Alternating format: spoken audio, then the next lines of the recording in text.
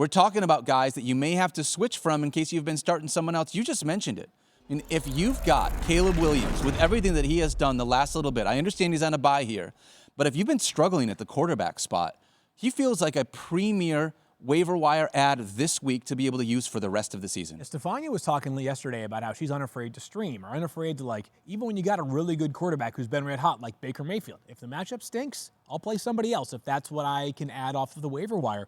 I think Caleb Williams for the next 4 games is somebody that I feel comfortable starting without much hesitation. Commanders, Cardinals, Patriots, Packers. The most queasy out of those 4 matchups, at least for me, is the Packers, but Caleb has been so good over the past 2 weeks, and we didn't talk about this a whole lot yesterday on the show. We talked about the 4 passing touchdowns and the over 75% completion percentage.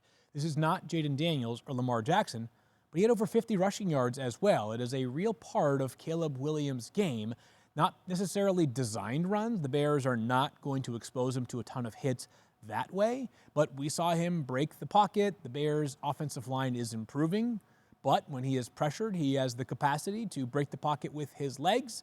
You pick up 20, 25, 30 rushing yards in a game, that can be the kind of boost for a quarterback that pushes him from, quarterback 10 or 11 to quarterback 5 or 6 for the week. And over the past 2 weeks, Caleb Williams has been quarterback 3. He is in fuego right now. Yeah, love being able to get everyone in that offense involved as well. Obviously, he's got, it seems like a soft spot for Colt Kmet, but I feel like a lot of times he's just taking what the defense gives him. That's the thing. He's not focused on one guy.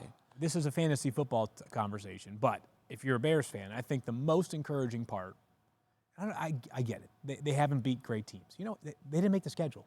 Right? So yeah, but we talked about this. You beat good teams. Yeah, you beat bad who you play, teams, right? Yeah. And what I would say stands out most to me with Caleb right now is he's doing the right things. Yep. Is that throwing the football where it should be thrown, as opposed to, and while DJ Moore is a great player, if he was just peppering DJ Moore because he felt like he had to do so given his stature, it might lead to less overall offensive production. So really encouraging signs across the board for Caleb, a quarterback that I'm willing to make the switch to when he returns in Week 8. Yeah, definitely worth a priority waiver ad here in Week 7. All right, that is You Got to Switch, brought to you by the new Boost Mobile 5G network.